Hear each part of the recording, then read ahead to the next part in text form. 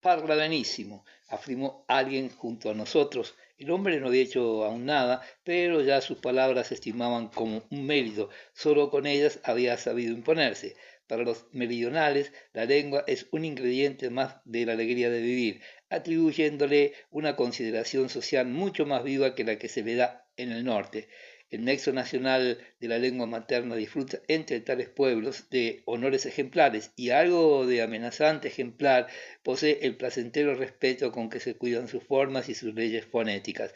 Se habla con agrado, se escucha con placer, se escucha y se juzga. En efecto, la manera que tiene uno de hablar sirve para medir su rango personal. Descuido y dejadez provocan menosprecio, elegancia y dominio, humana consideración. Por eso aquel hombrecito, para hacerse valer, escogía cuidadas alocuciones y las más moderadas con esmero. En este aspecto, al menos, Chipola había dispuesto al público en su favor. Si bien no pertenecía en absoluto a aquella especie que el italiano, con una singular mezcla de juicio moral y estético, define como simpática.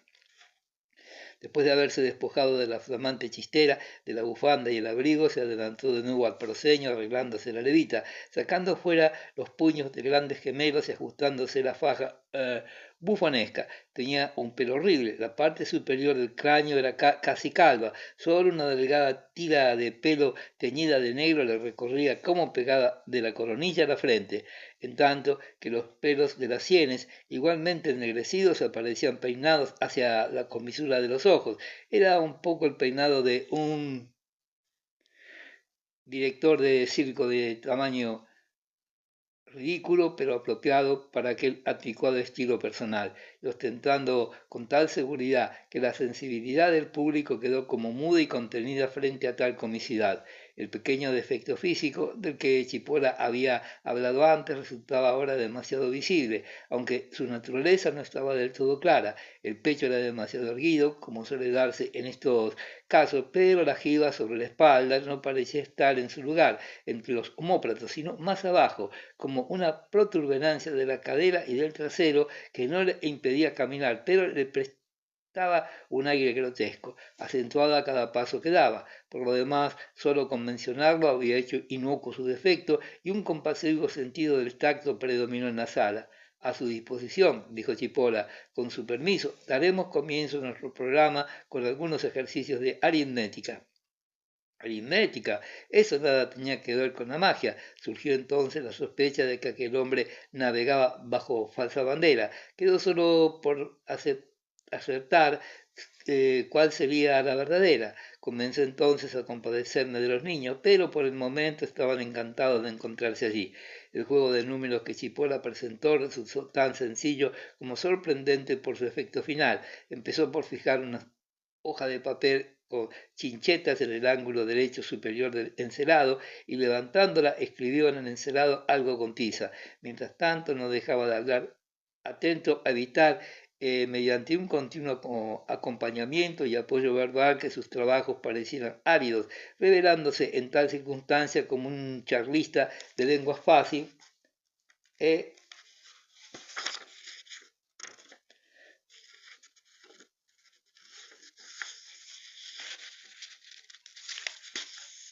inagotable en recursos de locuacidad, que continuara llenando el vacío existente entre el palco y platea con la singular escaramuza habida con el joven espectador que invitara a subir a escena a representantes del público y también por su parte descendiera de la misma por los escalones de madera que la comunicaban con la sala para tomar contacto personal con los espectadores. Formaba parte de todo, ello de su estilo de actuar y gustó mucho a los niños.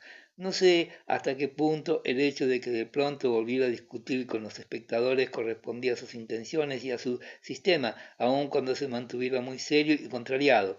El público, de cualquier modo, al menos en sus elementos populares, parecía hallarlo todo muy normal. Efectivamente, en cuanto acabó de escribir y escondido, Lo escrito bajo la hoja de papel, Cipolla manifestó el deseo de que subieran al escenario 2 personas para ayudarlo a seguir el cálculo que habría de verificarse. La operación no entrañaba especial dificultad. Incluso personas poco aficionadas a los números podían hacerlo. Como suele ocurrir en tales casos, no se ofreció nadie y bien se guardó Cipolla de molestar al público más distinguido. Se atuvo al pueblo, dirigiéndose a 2 muchachos bien robustos de pie al fondo de la sala y provocándolos, infundiéndoles ánimos, reprochándoles el que permanecieran ahí con la boca abierta en lugar de colaborar en el espectáculo. Consiguió que se pusieran en movimiento, con torpe andadura avanzaron por el pasillo central, subieron los peldaños y entre los bravos de sus compañeros, gesticulando, se colocaron frente al encerado. Cipolla siguió bromeando con ellos un rato, elogió la heroica solidez de sus miembros, el considerable tamaño de sus manos, muy adecuadas para realizar el favor pedido a la sala, y finalmente puso la tiza en la mano de uno de ellos con el ruego de escribir los números que se le gritaran. Non so escribire, dijo este con voz torpe, y su compañero añadió, tampoco yo, solo Dios sabe si decían la verdad o si querían solo divertirse a costa de Cipolla. De todos modos, lejos estaba este de participar en las risas provocadas por aquella doble confusión. Se mostró molesto y ofendido, sentado con las piernas cruzadas en medio del escenario sobre una silla de Enea, fumaba otro pitillo de la cajetilla barata que debió de sentarle tanto mejor cuando acababa una segunda copa de coñac. Mientras aquellos 2 tontos se dirigían hacia el entarimado, mientras el humo profundamente aspirado fluía de la mirada del Cavalieri por encima de aquellos 2 alegres palurdos y del mismo público, se perdió en el vacío y como una persona que, frente a un indecoroso espectáculo, se recluye en sí misma y en su propia dignidad, Cipolla movía la punta del pie en actitud de severa reprobación. Es escandaloso, dijo frío y tajante, volved a vuestro sitio. En Italia todos saben escribir. La grandeza de la patria no consiente ignorancia ni oscuridad. Una suya broma formular ante los oídos de este público internacional una acusación con la que no solo os rebajáis vosotros mismos, sino que incluso exponéis al gobierno y a la nación a toda clase de habladurías. Si Torre di Venere fuera el último rincón patrio en que se hubiera refugiado la ignorancia de las ciencias elementales, me vería obligado a lamentar el haber buscado un lugar que debía saber inferior a Roma en más de un aspecto. En este punto fue interrumpido por el muchacho del peinado moreno y la americana colgada del hombro. Como podía verse, había renunciado solo por poco tiempo a su humor agresivo y ahora con la cabeza alta se dirigía como paladín de la ciudad. Basta, dijo en voz alta, basta de bromas sobre Torre. Todos somos naturales de aquí y no permitiremos que se encarnezca la ciudad delante de forasteros. También estos 2 muchachos son amigos nuestros, aun cuando no muy instruidos.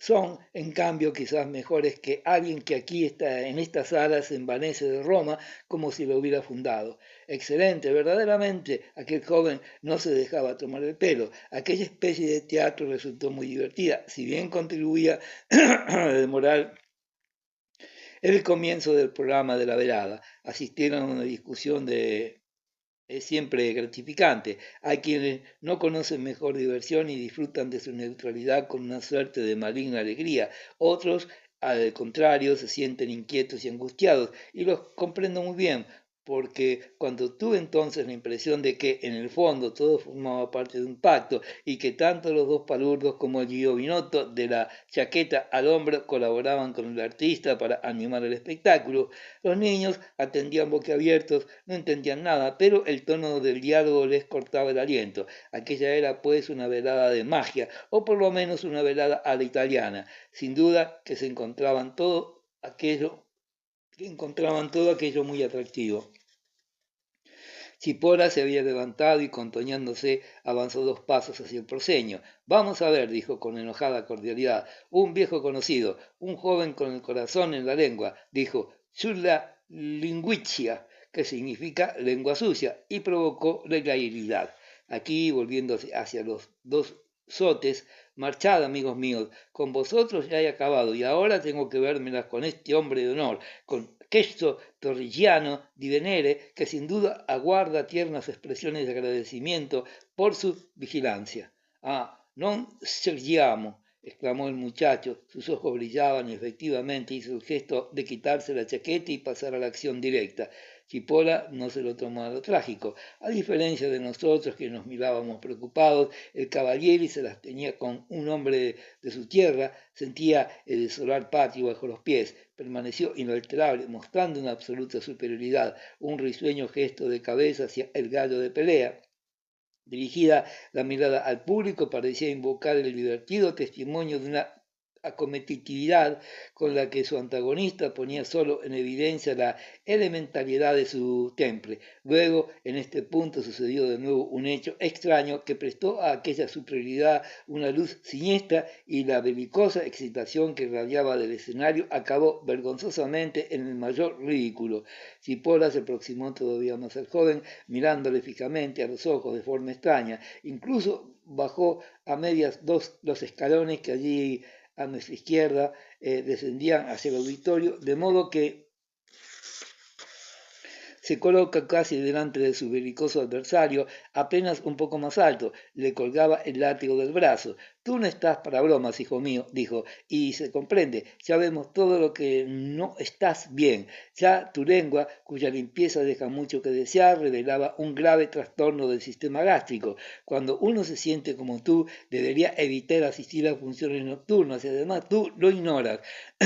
Dudabas entre venir y meterte en la cama. Farti impacto. Ha sido una imprudencia por tu parte el beber esta tarde demasiado de aquel vino blanco tan agrio. Ahora sufres un cólico tal que desearías retorcerte de dolor. Hazlo sin miedo. Esta concesión del cuerpo alivia un poco el dolor de vientre. Hablaba recalcando cada palabra con una especie de grave afección. Fijo en los del muchacho, los ojos por encima de sus bolsas, parecía apagarse y arder al mismo tiempo. Eran unos extrañísimos y se advertía que no era solo el orgullo lo que le impedía a su interlocutor separar los suyos. Nada de la habitual altivez que daba ya en aquel rostro bronceado, con la boca abierta. Miraba fijamente el joven al Cavalieri y aquella boca sonreía contorsionada y lamentable. Retuércete, repitió Chipola, que otra cosa puedes hacer. Con un cólico como el tuyo, conviene doblar el cuerpo, no querrás sustraerte a un reflejo natural solo porque se te imponga. El joven levantó lentamente los antebrazos y mientras los apretaba cruzándoles sobre el abdomen, su cuerpo se redobló, tendiéndose hacia adelante y de lado, siempre más profundamente. Llegó a doblarse del todo con los pies torcidos hacia adentro y las rodillas unidas hasta que imagen del dolor quedó casi pegado al suelo. En esta posición lo dejó Chipola un rato, produjo luego un breve chasquido con el látigo y volvió contoñándose al velador, donde ingirió una copita de coñac. Il boit beaucoup, dijo. Hizo notar detrás de nosotros una señora. Solo esto la sorprendía. No logramos comprender claramente hasta qué punto se hacía cargo el público del juego. El muchacho se había vuelto a incorporar y sonreía un poco confuso, como si no se hubiera percatado de lo ocurrido. La escena fue seguida con interés y cuando concluyó se le aplaudió, tanto con gritos de bravo Chipola como de bravo Giovanotto. Evidentemente el desenlace de la discusión no se estimó como una derrota personal del joven. Se atribuyó a este aplauso como a un actor que hubiera desempeñado meritoriamente un papel difícil. Realmente su modo de doblarse por los dolores de vientre había resultado muy expresivo en su verismo, como calculado para el público de general. En suma, por así decirlo, una interpretación digna de un actor. Sin embargo, no podría precisar hasta qué punto la conducta de la Sara cabía atribuirla solo a aquel sentimiento humano de tacto que el sur posee en mayor grado que nosotros, y en qué proporción se derivaba de una real intuición de la esencia de las cosas.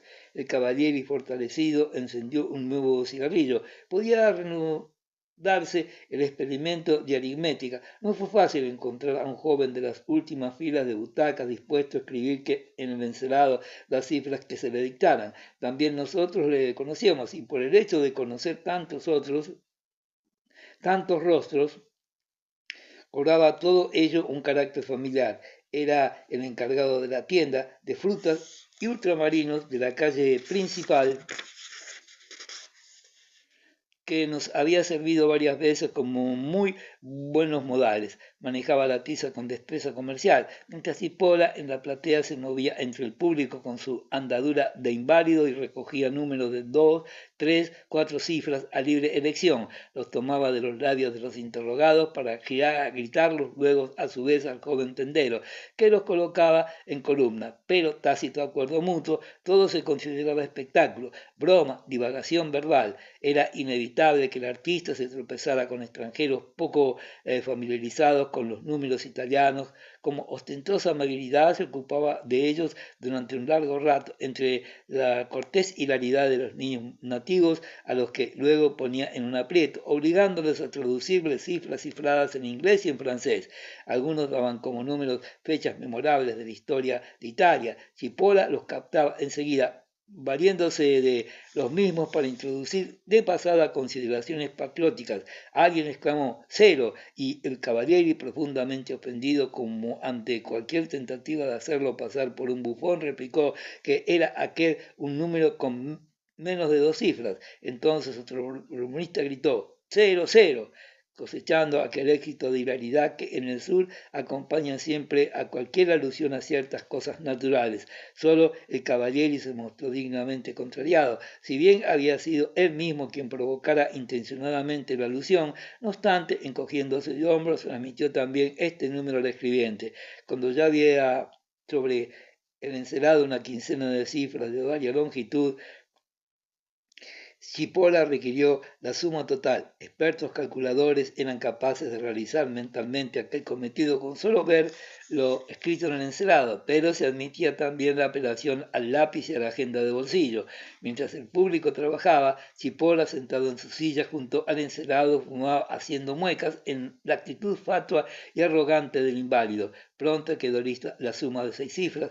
Una la comunicó, otro la confirmó, y el resultado de un tercero difirió un poco. El del cuarto estuvo de nuevo conforme. El Cavalieri se levantó, se sacudió un poco la ceniza caída sobre la levita y alzando la hoja de papel en el ángulo superior derecho del encelado, dejó ver lo que previamente había escrito, exactamente la suma anunciada próxima al millón. La había calculado con antelación. Gran asombro y grandes aplausos. Los niños quedaron sobrecogidos. Querían saber cómo lo había hecho. Le dijimos que todo era un truco, difícil de explicar sin más, y que aquel hombre era nada menos que un mago. Ahora ya sabía ello en qué consistía la actuación de un ilusionista. Primero los dolores de vientre del pescador y ahora el resultado ya escrito en el encelado. Magnífico, preocupados, y constatamos por nuestra parte, que a pesar de que se le cerraban los ojos y que eran ya las 10:30, sería muy difícil sacarlos de ahí. Habría lágrimas y sin embargo era evidente que aquel jorobado nos encantaba en cuanto a destreza al menos y que el espectáculo no era apto para chicos.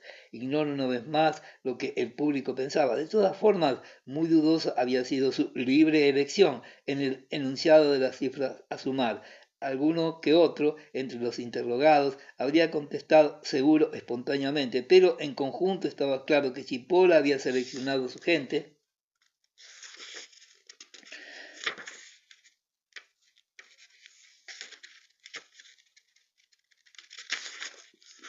y que el proceso encaminado hacia el resultado previamente escrito se había desarrollado bajo el control de su voluntad, con lo que si lo demás se sustraía extrañamente a la admiración, no podía menos de sorprender su talento de calculador. Añádase el patriotismo y el sensible orgullo, los compatriotas del Cavalieri podían sentirse tranquilos en su elemento y disponibles para la broma. Ahora bien, a los de afuera aquella mezcolanza no intranquilizaba.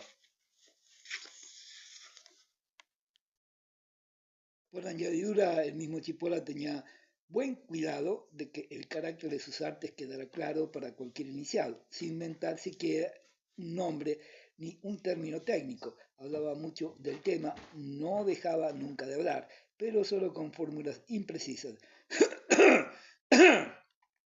publicitarias y pretenciosas. Prosiguió todavía por un rato en la vía experimental inicial, haciendo primero los cálculos más complicados con el añadir a la suma ejercicios de otras operaciones, ejemplificándolas, por tanto, al máximo para revelar el procedimiento. En suma, hizo adivinar números que había escrito primero bajo la hoja de papel, lograba casi siempre. Alguien confesó que en realidad hubiera querido decir otra cantidad, pero al mismo instante el látigo de Cavalieri había chascado ante él y entonces dejó escapar el número previamente escrito en el encerado. Cipolla se reía sacudiendo los hombros. Fingía admiración por el ingenio de los interrogados, pero sus cumplidos tenían algo de irónico y de degradante, y no creo que los aludidos los agradecieran, aunque sonreían y estimaban sin duda en su favor parte de los aplausos. No guardo, sin embargo, la impresión de que el artista tuviera muchas simpatías entre el público. Podían advertirse síntomas de hostilidad e irritación, no obstante, omitiendo la urbanidad que frenaba tales impulsos. La capacidad de Cipolla, su indomeñable seguridad, no dejaban de producir impresión, e incluso el látigo, según creo, contribuía un tanto a mantener sumergida la rebelión. Del experimento aritmético puro y simple, el Cavalieri pasó los juegos de naipes, sacó de su bolsillo dos barajas y el experimento más típico y notable entre los presentados en aquella parte del programa fue, según recuerdo, el siguiente. Escogía sin mirar tres naipes de una baraja, los escondía en el bolsillo interior de su levita y la persona designada extraía de la otra baraja que se le presentaba aquellos tres mismos naipes. No eran siempre exactamente los mismos, podía ocurrir que solo dos coincidieran, pero en la mayoría de los casos triunfaba Cipolla al enseñar sus propias tres cartas, agradeciendo apenas el aplauso con que, queriéndolo o no, reconocíamos las facultades que exhibía. Un joven de la primera fila de asientos, a nuestra derecha, con un rostro orgullosamente modelado, un italiano, levantó la mano y declaró estar decidido a escoger las cartas con toda libertad, oponiéndose conscientemente a todo género de influencias. En tal caso, ¿cómo iba a apañarse la Cipolla? Creo, replicó la Cipolla, que con ello solo dificultará un poco más mi tarea, pero su resistencia no cambiará un ápice el resultado. Existe la libertad y también existe la voluntad, pero la libertad de querer no existe, porque una voluntad que pretende la libertad absoluta se contradice y cae en vacío. Libre es usted escoger o no escoger una carta, pero al hacerlo escogerá la prescrita con tanta mayor seguridad cuanto mayor sea la obstinación con que se oponga. Debemos convenir en que no habría podido escoger mejores palabras para enturbiar las aguas y confundir los espíritus. El contradictor vaciló nerviosamente antes de extender la mano, extrajo una carta y pretendió que se le mostrara si otra idéntica se hallaba entre las ocultas. Pero, ¿cómo? Se asombró Cipolla. ¿Por qué hace a medias un trabajo? Sin embargo, dado que el terco adversario insistía en aquella comprobación preliminar, cérbito, exclamó el charlatán con un gesto insólitamente servil y sin siquiera mirarlas mostró sus tres cartas dispuestas en abanico. La escogida por aquel señor del público era la última de la izquierda. El paladín de la libertad se sentó contrariado entre los aplausos de la sala, hasta que, punto, sostenía Cipolla sus dotes innatas con trucos mecánicos y hábiles gesticulaciones, solo el demonio podía saberlo.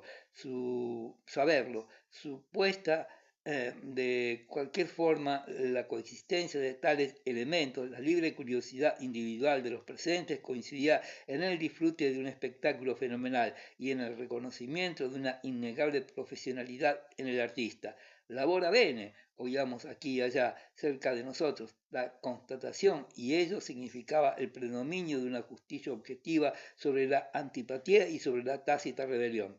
Después de su último fragmentario y tanto más significativo éxito, Cipolla se reconfortó con una nueva copita de coñac. En realidad, bebeva molto y no era muy agradable encontrarlo. Ahora bien, evidentemente le era indispensable el licor y los cigarrillos para mantener y renovar su tensión anímica. Él mismo lo había recalcado, sometida a tan diversas e intensas solicitaciones. Entre copita y copita, hay que decirlo, se acentuaba su mal aspecto. El rostro aparecía como más chupado, hundido los ojos, el licor volvía a ponerlo en forma y su discurso recobraba su anterior fluidez, mientras el humo inspirado le brotaba gris de los pulmones. Sí, a ciencia cierta, ¿qué pasó de sus prestidigitaciones con naipes a aquella clase de juegos de sociedad basados en las facultades de la naturaleza humana, de uno u otro lado de la razón, en la intuición, en la transferencia magnética, en suma, sobre una forma mínima de revelación. Lo que ya no recuerdo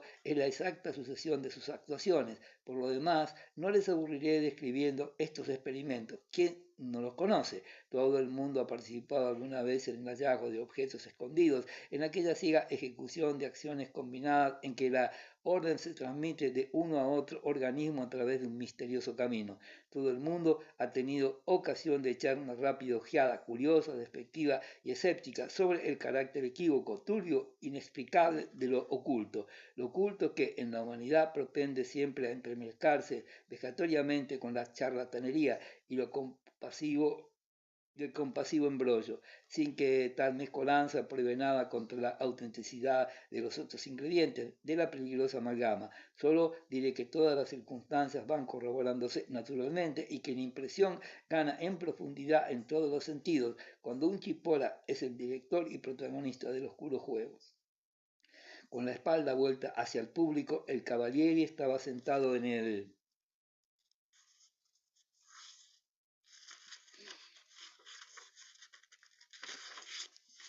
fondo del escenario, mientras en la sala se tomaban fumando secretamente acuerdos que él debía acatar y pasaba de una mano a otra el objeto que debía extraer de su escondrijo, ejecutando algo ya convenido de antemano. Con la cabeza inclinada hacia atrás y una mano distendida, Cipolla se movía en zigzag a través de la sala, mientras su otra mano estrechaba la de un guía al corriente de todo, obligado a mantenerse físicamente pasivo y a concentrar a sí mismo su pensamiento sobre el objeto convenido, y todo cuanto era dable observar era una especie de tanteo, ya con bruscas sacudidas instintivas, vacilaciones y súbitas iluminaciones intuitivas.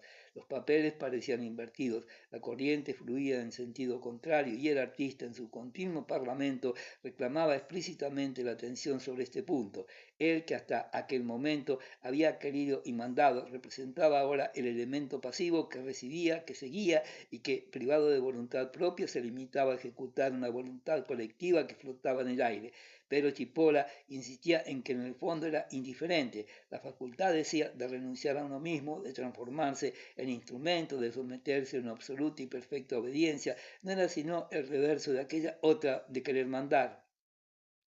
Tratábase de una y la misma facultad, mandar y obedecer. Ambas cosas formaban un principio único, una sola unidad indisoluble. Quien sabe obedecer también sabe mandar y viceversa. Un concepto está incluido en el otro, como pueblo y dulce están incluidos uno en el otro, pero el trabajo, el durísimo y agotador trabajo es de cualquier modo obra suya del duce y organizador en quien la voluntad se hace obediencia y la obediencia voluntad, porque en su persona tienen ambas origen y por todo ello era su misión infinitamente difícil. Insistía con frecuencia y energía en que tenía una misión dificilísima, quizás para explicar su necesidad de recobrarse y de tener que acudir a menudo a la copita de coñac. Andaba a tientas como un visionario, guiado y movido por la arcana voluntad colectiva. Extrajo un broche con piedras preciosas de zapato de una inglesa donde había sido escondido y lo llevó con improvisadas detenciones y bruscas aceleraciones a otra dama, la señora Angiolieri. Las palabras previamente convenidas con que se lo entregó de rodillas, si bien pronunciadas cerca, no fueron fáciles de captar, porque se acordó que fueran en francés.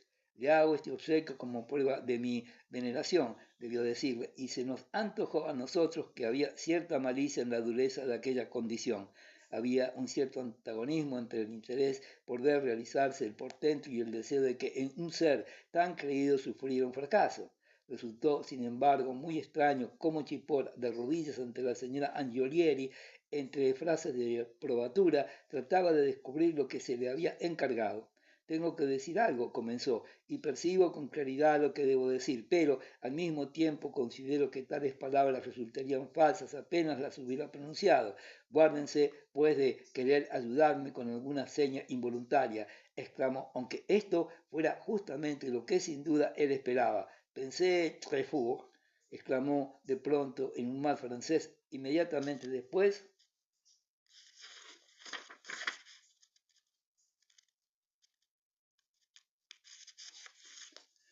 Soltó una frase que se le encomendó en italiano naturalmente, pero de tal modo que la palabra final, la principal, la dejó caer bruscamente en la lengua hermana que casi seguro le debía de ser poco familiar. En lugar de venerazione, dijo veneración, con una increíble nasal final. Este éxito parcial, tras las precedentes actuaciones como el hallazgo del broche, la identificación de la destinataria y la genuflexión, produjo un mayor efecto que un triunfo completo y levantó aplausos de admiración.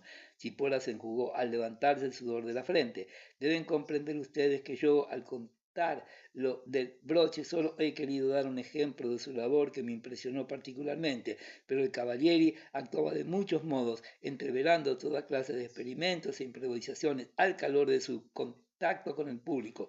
La inspiración parecía venirle en particular de la persona de nuestra anfitriona. La señora Angiolari le hacía adivinar cosas asombrosas. No se me escapa, señora, le dijo Chipola, que el suyo es un caso particular y digno de toda consideración. Quien sepa mirar observará en torno de su encantadora frente una luz que, si no me engaño, fue en otro tiempo más intensa de lo que es hoy, una luz que va lentamente apagándose. Y una palabra siquiera, no me ayude. A su lado estaba sentado su marido. ¿No es así? Se volvió entonces hacia el señor Angioleri. Usted es el marido de esta señora y su silenciosa felicidad es perfecta, pero esta felicidad está hecha de recuerdos, recuerdos principescos. Me parece que el pasado, señora, desempeña hoy en su existencia un importante papel. Usted conoció a un rey, no cruzó un rey por el camino de su vida en días pasados. Sin duda que no, murmuró la administradora de nuestra cotidiana sopa, mientras los ojos castaños dorados le brillaban en la noble palidez del rostro.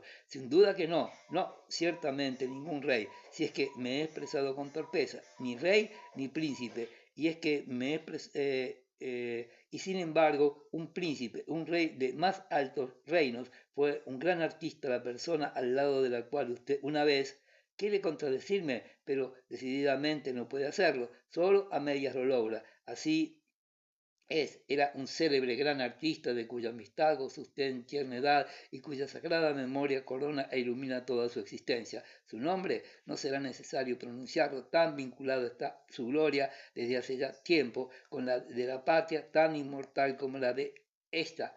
Eleonora Duce, dijo al fin en voz solemne y baja. La diminuta señora Angiolieri, abrumada, se replegó en sí misma. El aplauso se convirtió en manifestación patriótica. Casi todos en la sala conocían el importante pasado de la señora Angiolieri y eran capaces de valorar la intuición del Cavalieri, principalmente los huéspedes de Villa Eleonora. Podíamos solo preguntarnos hasta qué punto estaba él informado de todo aquello, o lo que era fruto de su olfato profesional después de la llegada a Torre di Venere, pero no tengo motivo alguno para sospechar racionalmente de unas facultades que ante nuestros mismos ojos iban a serle fatales.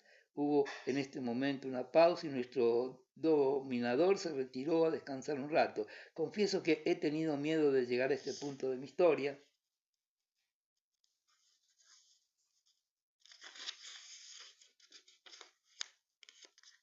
Casi desde el instante en que comencé a narrarla. Leer los pensamientos de los hombres no suele ser tan generalmente difícil, y en nuestro caso era hasta muy difícil. Me preguntaréis sin duda por qué no nos fuimos y contestaré que debo seguir deudor de la respuesta. Ni lo comprendo, ni siquiera puedo justificarlo. Debían de ser ya más de las 11 y probablemente un poco más tarde. Los chicos estaban dormidos. La última serie de experimentos les había resultado más bien aburrida y la naturaleza había fácilmente ejercido su derecho. Dormían sobre nuestras rodillas, la pequeña sobre las mías y el niño sobre las de su madre.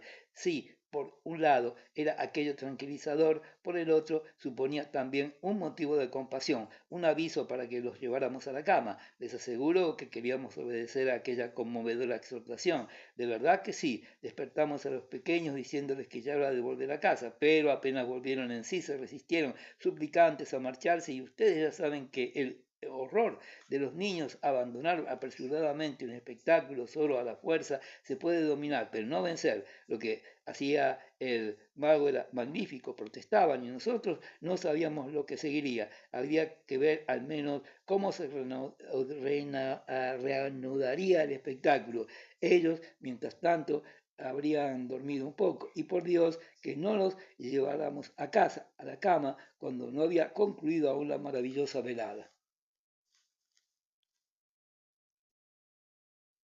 Seguimos, aunque queríamos hacerlo solo por unos instantes. No valen excusas por habernos quedado, y explicarlo era aún más difícil.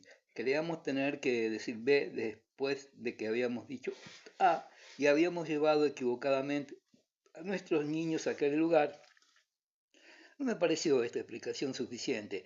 ¿Éramos nosotros los que nos divertíamos? Sí y no, puesto que nuestros sentimientos respecto al Cavalieri eran de naturaleza diversa, y lo eran también, si no me equivoco, los de toda la sala, y a pesar de ello nadie se iba. ¿Acaso habíamos sucumbido todos a la singular fascinación de aquel hombre que se ganaba la vida de un modo tan especial, incluso fuera de programa y durante el descanso de sus juegos, de su prestigitación y había llegado a paralizarnos? No cabe olvidar la simple curiosidad. Pretendía conocerse cómo proseguiría una velada que había comenzado de aquel modo, y además el propio Chipola, de salida, había manifestado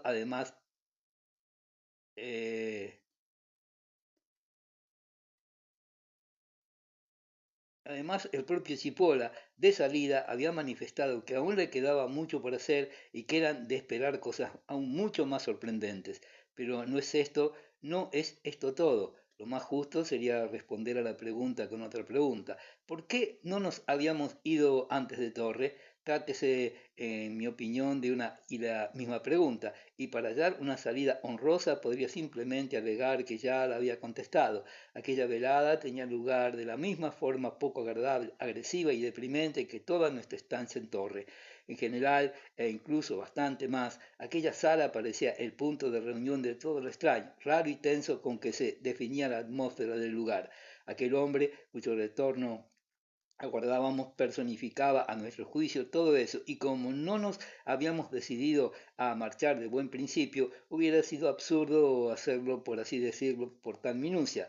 Tómese como se quiera, no se me ocurre una mejor excusa para nuestra pasividad. Hubo pues un descanso de 10 minutos que en realidad se convirtieron en 20. Los chicos, ya despiertos y felices por nuestra resolución, supieron ocuparlos de forma divertida. Reanudaron sus relaciones con el medio popular de Torre, con Antonio, con Guiscardo, con el hombre de la piragua, haciendo bocina con sus manos, gritaban a los pescadores expresiones de buenos deseos, dictadas por nosotros. Domani molti pesciolini, tutta la rete pierna. A Mario, el joven camarero del exquisito, le gritaron: Mario, una chocolate e biscotti. Y él les oyó esta vez y les contestó sonriendo: súbito. Tenemos motivos para conservar en el recuerdo aquella amable sonrisa, algo distraída en su melancolía. Transcurrido así el descanso, resonó de nuevo el gong y el público entregado a la conversación volvió a sus localidades, y los chicos se encaramaron curiosos a sus butacas con las manos en las rodillas. La escena seguía abierta. Chipora entró en ella con toñante andadura e inició de pronto con un discurso la segunda parte de su actuación.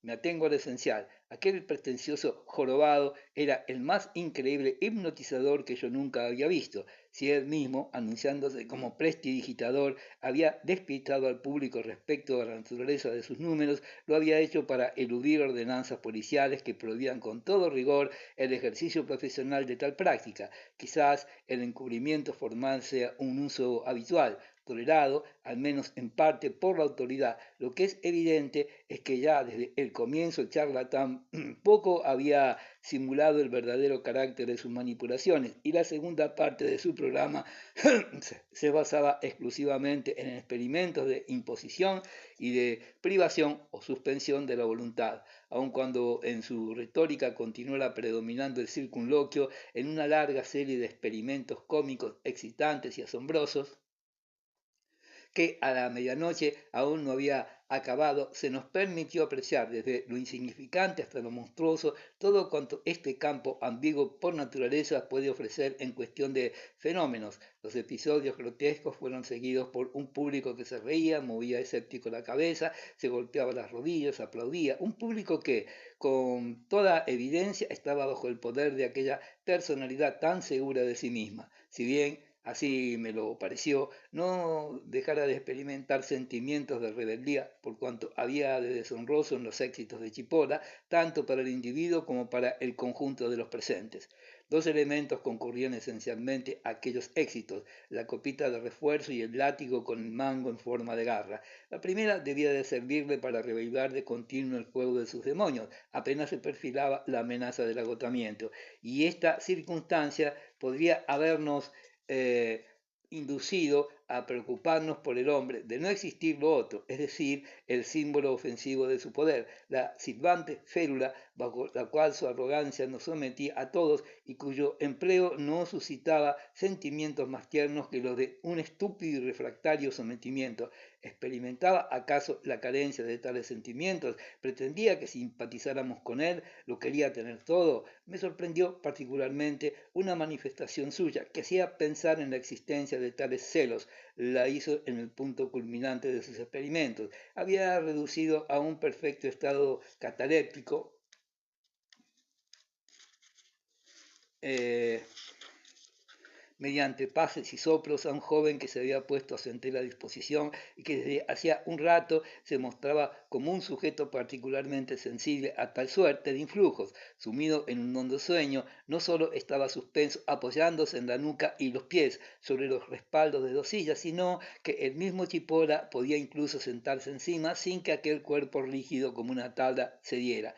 La visión de aquel monstruo sentado sobre aquel cuerpo petrificado era increíble y horrenda, y el público, al imaginar que la víctima de aquel pasatiempo científico podía estar sufriendo, se compadeció de ella. ¡Pobreto, pobre diablo!, exclamaban benévolas voces. ¡Pobreto!, ironizó Chipola exasperado. Se equivocan sus señorías. Sono io il povereto. Soy yo quien tiene que sufrir todo esto.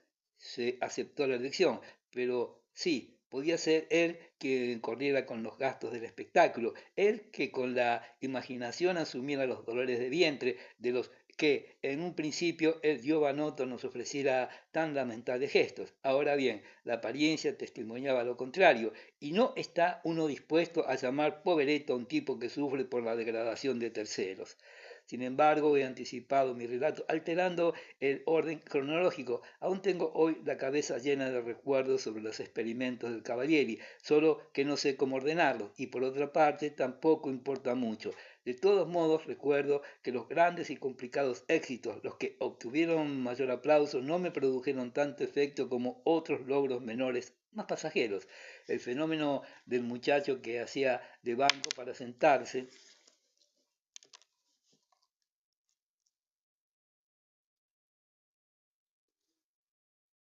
encima me vino a la memoria hace unos instantes, única y exclusivamente por la llamada al orden que se vinculó con él, pero que una dama de cierta edad dormida en una silla fuera inmersa por Chipeora en la ilusión de efectuar un viaje por la India y que en su estado de trance informara con gran viveza de sus aventuras por tierra y por mar, fue un episodio que me impresionó mucho menos, que me pareció menos extraordinario que el hecho de que un caballero alto y bien plantado no pudiera levantar más el brazo solo porque el jorobado le anunciara que no lo podía hacer, haciendo restallar una sola vez en el aire su látigo. Veo aún el rostro de aquel coronel imponente y mostachudo cuando apretaba convulsivamente los dientes mientras luchaba por su pérdida de libertad de elección.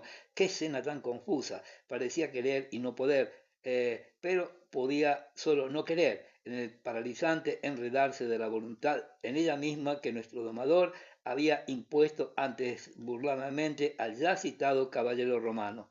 Todavía no menos he olvidado en su conmovedora y espectral comicidad la escena con la señora Angiolieri, cuya etérea falta de resistencia frente al poder de Cavalieri había sido sin duda intuido en su primera y escrutadora mirada a la sala. Con un verdadero acto de brujería, la arrancó literalmente de su asiento, la sacó de la fila de butacas arrastrándola consigo y al mismo tiempo, para que su talento resplandeciera con mayor brillo, invitó al propio señor Angioleri a que la llamara por su nombre de pila, como si echara en el platillo de la balanza el peso de su persona y el de sus derechos, y con la voz del marido despertar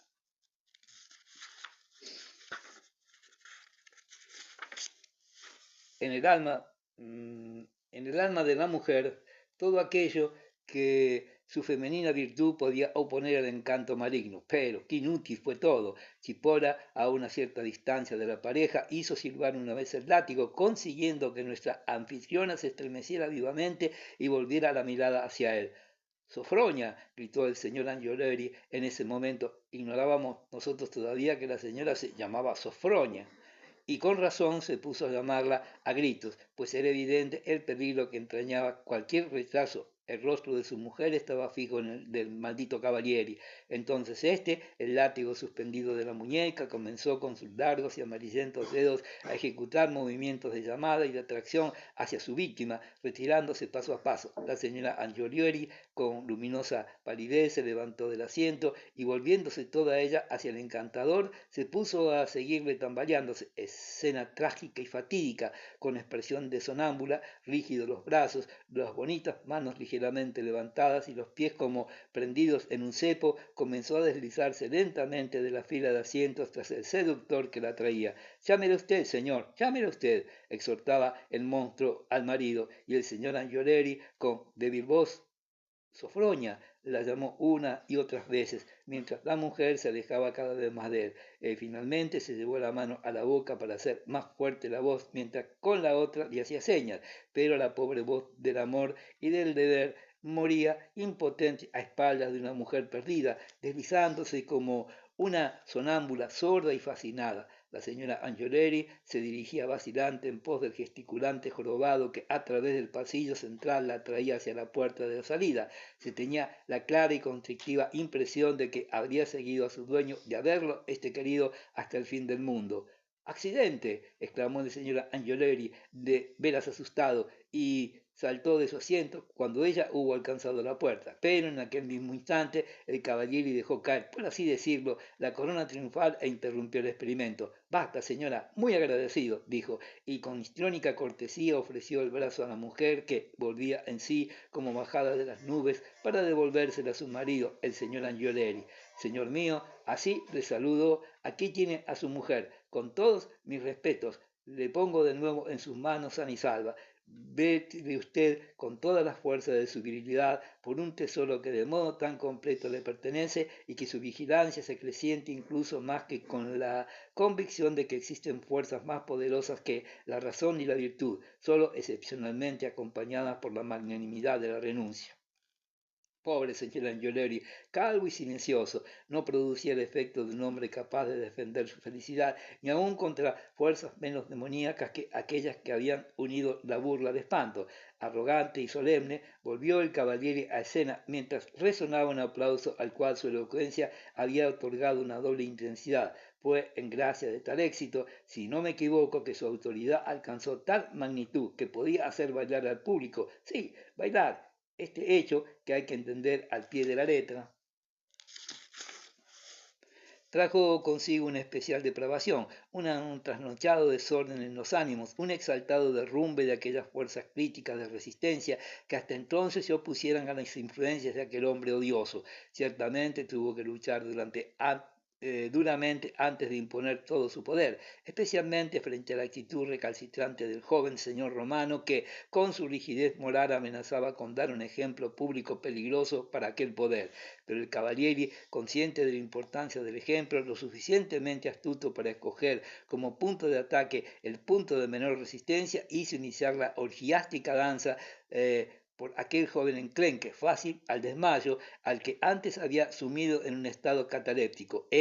Apenas el maestro le hubo lanzado una mirada, echó hacia atrás el busto como fulminado, mientras, con las manos pegadas a la costura de sus pantalones parecía caer en un estado de sonambulismo militar, ya que a partir de entonces saltaba a la vista de su predisposición a aceptar cualquier absurdidad que se le impusiera. Por otra parte, parecía encontrarse a gusto en la subordinación y renunciar con agrado a autonomía moral, porque de continuo se ofrecía como objeto de experimentación, constituyendo para él una especie de honor servir de modelo ideal en cuanto a bulia y despego de la propia voluntad. Subió una vez más al escenario y bastó con un silbido de látigo para que, siguiendo instrucciones del caballero, bailara hacia arriba un set, o mejor dicho, dejara ir en todos los sentidos sus débiles miembros con los ojos cerrados y la cabeza bamboleante. La cosa, según veíase, era divertida, y al cabo de corto tiempo el bailarín halló refuerzos en otros dos muchachos, el uno de aspecto acomodado, modesto el otro, que a su lado se pusieron a practicar el set. Fue entonces cuando el caballero romano pidió de nuevo la palabra y preguntó con arrogancia a Chipola si sería capaz de hacerle bailar, aunque él no quisiera hacerlo. Aun cuando no quiera, respondió Chipora en un tono que no se me olvidará nunca, conservo todavía en el oído aquel terrible «Anche se non vuole». Aquí se inició la lucha. Chipola, tras otra copita de coñac y luego un cigarrillo, hizo colocarse al romano en un punto del pasillo central con la cara vuelta hacia la salida, situándose él a sus espaldas, a cierta distancia. Tras hacer sonar el látigo, ordenó «¡Bala!». Su adversario no se movía. «¡Bala!», repitió Chipola con energía y sacudió el látigo. Se vio al joven mover el cuello y levantar una mano, mientras uno de sus talones se volvía hacia afuera. Sin embargo, tras tales indicios de espasmódica tentación, indicios que ahora aumentaban y luego disminuían, transcurrió largo tiempo. Todos comprendían que se trataba de vencer un propósito de resuelta oposición, una heroica obstinación a aquel valiente quería rescatar el honor de la especie humana. Temblaba, pero no bailaba, y el experimento se alargaba tanto que el Cavalieri se vio obligado a dividir su atención. De vez en cuando se volvía hacia el escenario y hacia quienes bailando se movían en él, haciendo chascar el látigo en su dirección para tenerlos bajo tutela, mientras en aparte informaba al público que aquellos, por más que bailaran, no iban a sentir cansancio alguno, porque en realidad no eran ellos quienes lo hacían, sino él mismo. Desde pues volvió a hundir la mirada en la nuca del romano para desbaratar aquella voluntad que se oponía a su tiranía. Era posible ver vacilar aquella fortaleza bajo los latigazos y las órdenes perentorias. La escena era seguida con una objetiva participación, no exenta de apasionadas intervenciones, de sentimientos, de conmiseración y de cruel satisfacción. Si lo entendí bien, el caballero sucumbió por la posición negativa sostenida en la lucha. Cabe presumir que no se puede vivir psíquicamente de no querer hacer una cosa que no es ya. A la larga, un índice de vida, no querer algo y en general no querer ya nada más. Y sin embargo, hacer lo que se nos exige son quizás dos cosas demasiado próximas como para que la idea de libertad no se vea forzosamente en apuros. Y efectivamente, en este sentido, iban las intimaciones que el caballero intercalaba entre órdenes y latigazos, entremezclando influencias cuyo secreto poseía con otras aptas para confundir psicológicamente. Bala, decía, ¿por qué atormentarse así? Llamas libertad a la violencia que te haces una balatina. ¿No sientes que te atrae de todas partes? Que para hacer dejar que los miembros hagan su voluntad. Ea, ya estás bailando. Esto ya no es lucha, ya es placer. Y así era. El cuerpo de su antagonista estaba cada vez más convulso y agitado. Levantó los brazos y las rodillas y de repente todas sus articulaciones se soltaron. Dejó libres los miembros y bailó. Mientras la gente aplaudía, el caballero lo llevó a la escena para incorporarlo a los demás títeres. Pudimos ver entonces el rostro del vencido, expuesto hacia arriba al público. Se divertía con una franca sonrisa, los ojos entrecerrados, y era una especie de consuelo. Ver que se hallaba mejor que cuando se mostraba orgulloso, Es decir, que su caso hizo época. Con él se rompió el hielo. El triunfo de Chipola alcanzó su apogeo. La varita del mago, aquel restallante látigo del mango en forma de garra, dominaba sin límites. Es el momento que recuerdo, ya pasada la medianoche. Bailaban sobre el pequeño escenario unas 8 o 10 personas y también toda la sala estaba en movimiento. Una inglesa con impertinentes y largos dientes había salido de su fila para ejecutar en el pasillo central una tarantela. Sentado en actitud indolente sobre una silla de Anea, a la izquierda del escenario, Chipola aspiraba el humo de su cigarro, para dejarlo luego escapar con arrogancia entre sus feos dientes. Con los ojos puestos en la agitación de la sala, golpeaba el suelo con la punta de los pies, sacudidos los hombros de vez en cuando por una tácita risa, y en determinados momentos hacía silbar el látigo para animar a algunos de los bailarines que parecían estar cediendo en su convulsiva euforia. Los niños estaban despiertos. Lo digo con cierta vergüenza. No era conveniente estar ahí para ellos, menos que nunca, y el que no los hiciéramos salir de la sala solo pudo explicármelo por una suerte de contagio de la relajación dominante, que a aquellas altas horas nos había alcanzado también a nosotros. Pero era igual. Ellos afortunadamente no podían experimentar cuanto había de infame en aquel espectáculo. Su misma inocencia les hacía hacer siempre eh, un espectáculo, su misma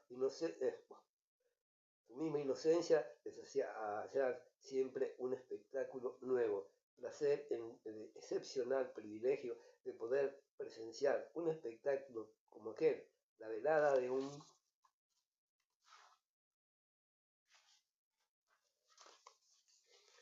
mago. Cada cuarto de hora volvían a dormirse sobre nuestras rodillas, pero ahora las mejillas coloradas, como ebrios los ojos reían de todo corazón al contemplar los saltos que el señor del espectáculo hacía dar a la gente. No se habían imaginado que fuera tan divertido y con sus torpes manitas se unían alegres a los aplausos. Pero cuando Chipola hizo una seña a su amigo Mario, el del exquisito, el entusiasmo les hizo botar de alegría en sus asientos. En efecto, Chipola le hizo una gráfica seña con la mano delante de la nariz, alargando y doblando el índice a manera de garfio. Mario obedeció. Aún le veo subiendo los escalones hacia el caballero, que seguía moviendo el índice de aquel modo grotescamente ejemplar.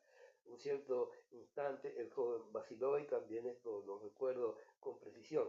Durante toda la velada había permanecido en pie en el pasillo lateral con los brazos cruzados o metidas las manos en los bolsillos de la chaqueta, apoyado en una columna de madera, allí donde se hallaba también el giovanoto del peinado belicoso, por lo que nos fue dado observar, había seguido atentamente el espectáculo, pero sin mucha alegría, y sabe Dios con cuánta comprensión. Al parecer, la invitación a colaborar no debió de ser muy de su agrado.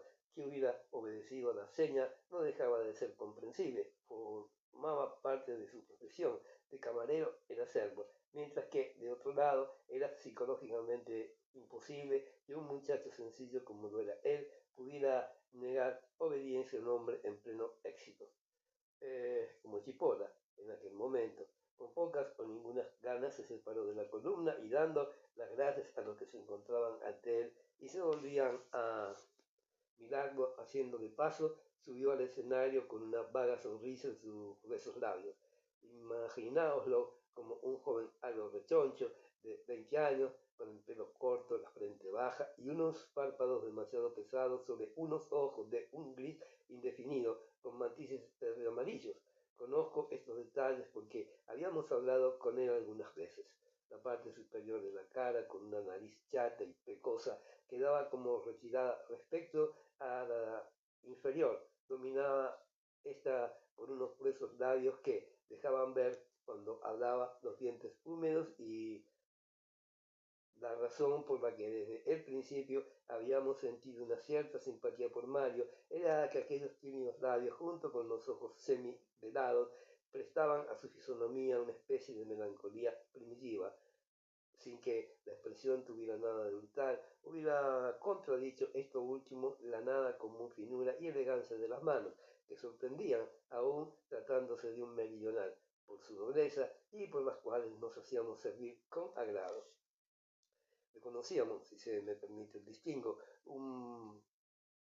humana y no personalmente. Le veíamos casi cada día y habíamos tomado un cierto interés por su modo de haber distraído, casi como ausente que él, en brusca transición, compensaba por su puntual servicio. Su actitud era seria y a veces risueña de cara a los niños, pero nunca arisca, ni nada había en ella de adulación ni de amabilidad forzada, o por mejor decirlo, renunciaba a ser amable, no pretendía de antemano resultar agradable. De todos modos, su figura nos habría quedado grabada, uno de aquellos insignificantes recuerdos de viaje que se conservan mejor que otros, de mayor relieve. De su vida sabíamos solo que su padre era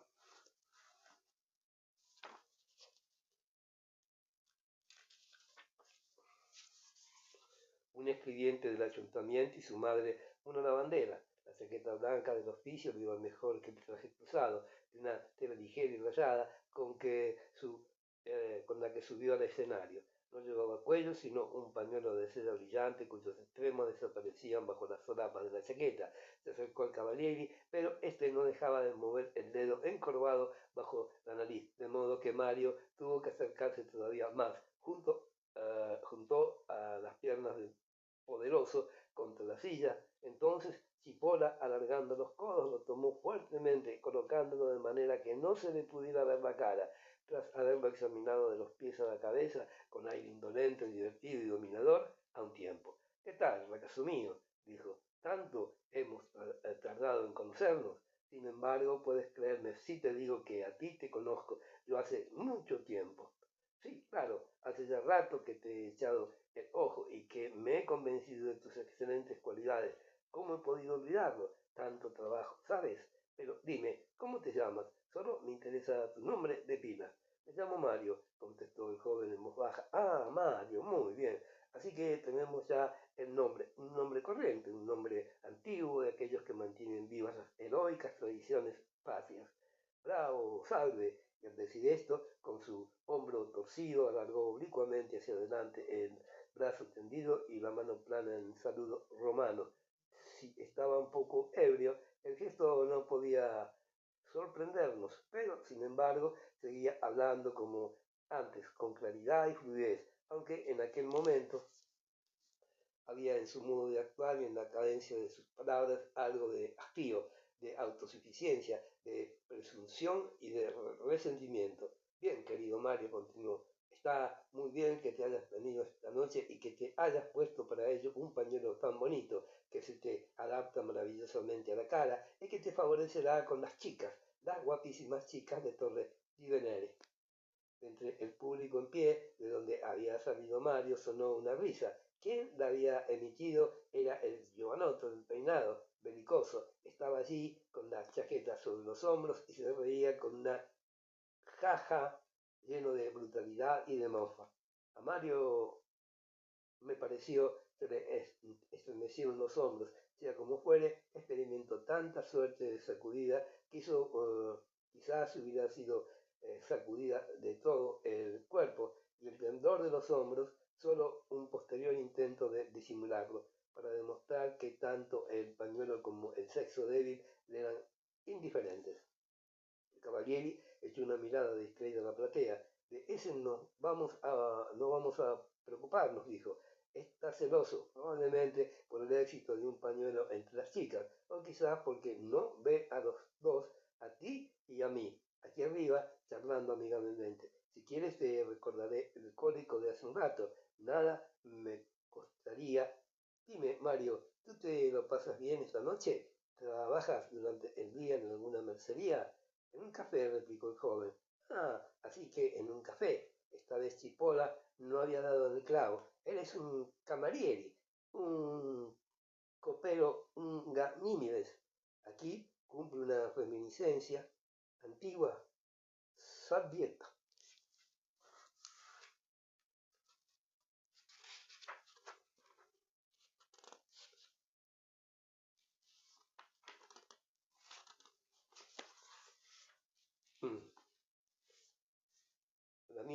situación.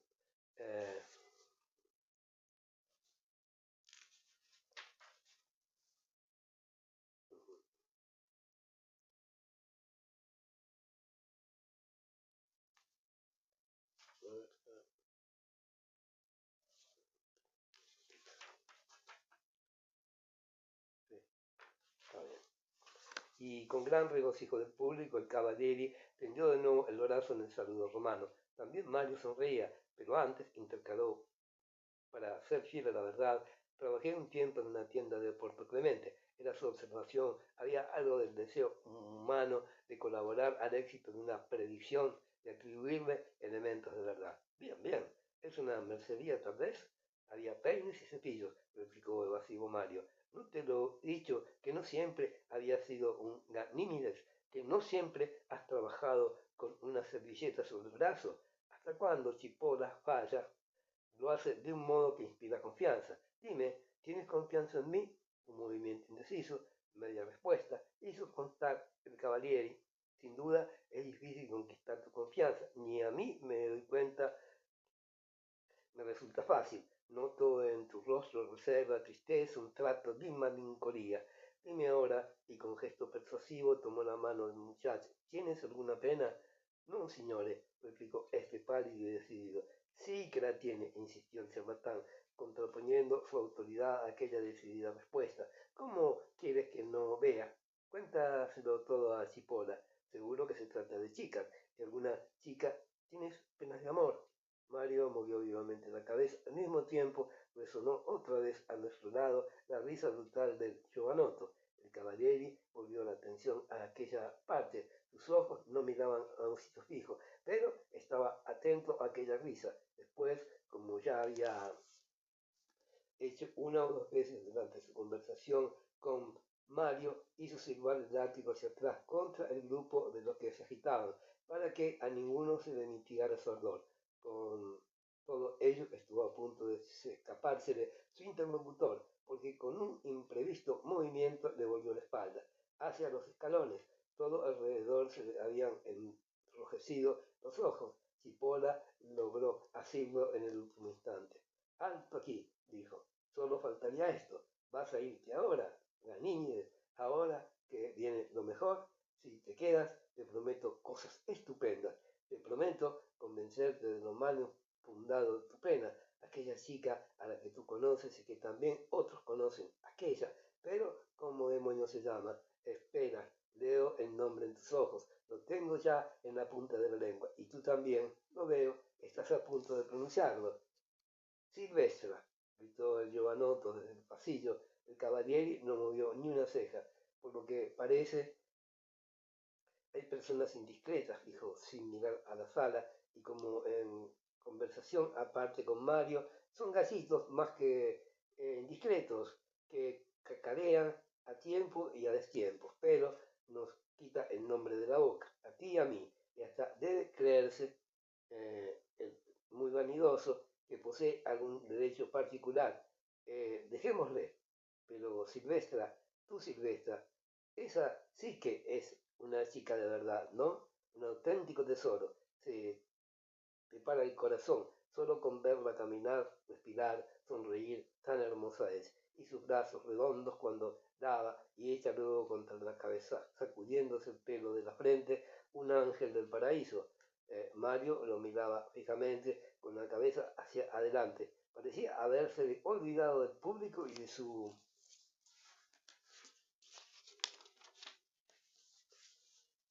misma situación. Las manchas rojas en torno a los ojos se habían agrandado y parecían como pintadas. Otra vez me ha ocurrido asistir a algo parecido. Sus gruesos labios estaban abiertos. Y ese ángel te apena, continuó Chipola, o mejor dicho, tú te apenas por él. Hay una gran diferencia, querido amigo, una diferencia fundamental. Ya me lo puedes creer. En el amor suele haber malentendidos. Aún más, ningún otro estado de ánimo engendra tantos. Estarás pensando, ¿qué sabrá Cipolla del amor? Él con esa deformidad física. Estás muy equivocado. Entiende mucho de ello, entiende mucho de extensión y en profundidad. Conviene prestarle oídos en cuestiones amorosas.